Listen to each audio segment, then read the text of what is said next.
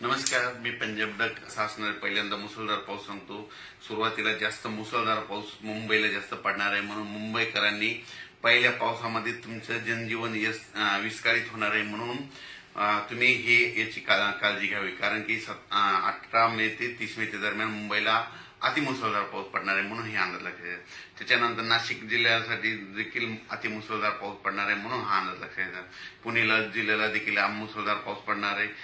कोल्हापूर जिल्हा, सातारा जिल्हा, सांगली जिल्हा, त्याच्यानंतर संपूर्ण कोकणपट्टी मुसळधार पाऊस पडणार आहे, म्हणजे 18 मे ते 30 मे दरम्यान, म्हणून त्यांनी सगळ्यांनी सतर्कतेची काळजी घ्यायची। आणि राज्यात सांगायचं झालं तर तो नगर जिल्ह्यात देखील मुसळधार पाऊस पडणार आहे, बीड जिल्ह्यात देखील पडणार आहे, त्याच्यानंतर संभाजीनगरला पडणार आहे, जळगावला पडणार आहे, त्याच्यानंतर जळगावला पडणार आहे, इकडं बुलढाणा, अकोला, अमरावती तिकडे देखील मुसळधार पाऊस पडणार।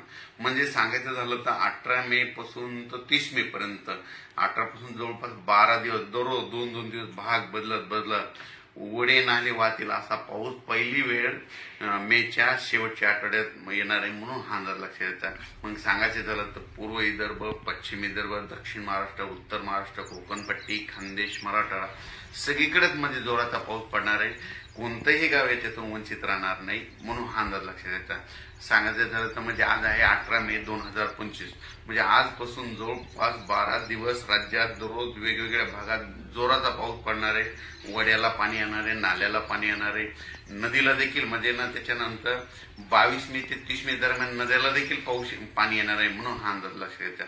म्हणजे बऱ्याच काही अशा नद्या येतात त्यांना देखील म्हणजे वडे नाले वाहणार आहेत, म्हणून हे लक्षात घ्यायचं। आणि नद्याला देखील पाऊस येणार आहे, म्हणून हा अंदाज लक्षात येतात। पण काय झालं आहे, परिस्थिती अशी की महाराष्ट्रातल्या शेतकऱ्याचे आणखीन शेत दुरुस्त नाहीत। शेतकऱ्याला सांगू इच्छितो, ह्या म्हणजे 12 दिवसामध्ये काही भागामध्ये पाऊस नसणार, त्यावेळेस तुम्ही काय करा, रोटावेटर, कल्टिवेटर करून तुम्ही तुमचे शेत तयार करून ठेवा।